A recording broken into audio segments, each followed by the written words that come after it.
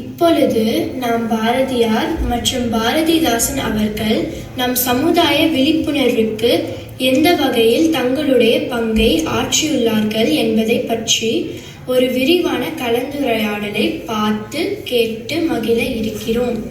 சுப்பிரமணிய பாரதியார் சின்னசாமி ஐயருக்கும் லட்சுமி அம்மாளுக்கும் மகனாக 1882 ஆண்டு தமிழ்நாட்டின் திருநெல்வேலி மாவட்டத்தில் உள்ள எட்டயபுரத்தில் பிறந்தார்.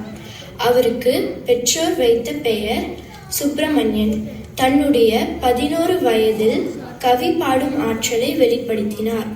இவருடைய கவி புலமையை பாராட்டிய எட்டயபுரம் மன்னர் இவருக்கு பாரதி என்ற பட்டத்தை வழங்கினார். அன்று முதல் இவர் சுப்பிரமணிய பாரதியார் என அழைக்கப்பட்டார்.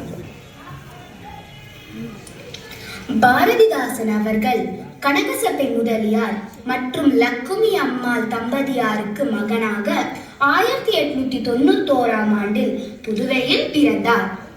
பாரதிதாசன் அவர்களின் இயற்பெயர் சுப்பரத்தினம். சிறு வயதிலேயே சுவைமிக்க அழகான பாடல்களை எழுதும் திறன் பெற்றிருந்தார். தமிழ் மொழி மீது இவர் வைத்திருந்த பற்றினாலும் அவரது தமிழ் புலமையினாலும் 1919 காரைக்காலை சேர்ந்த அரசினர் கல்லூரியில் தமிழாசிரியராக பதவியேற்றார்.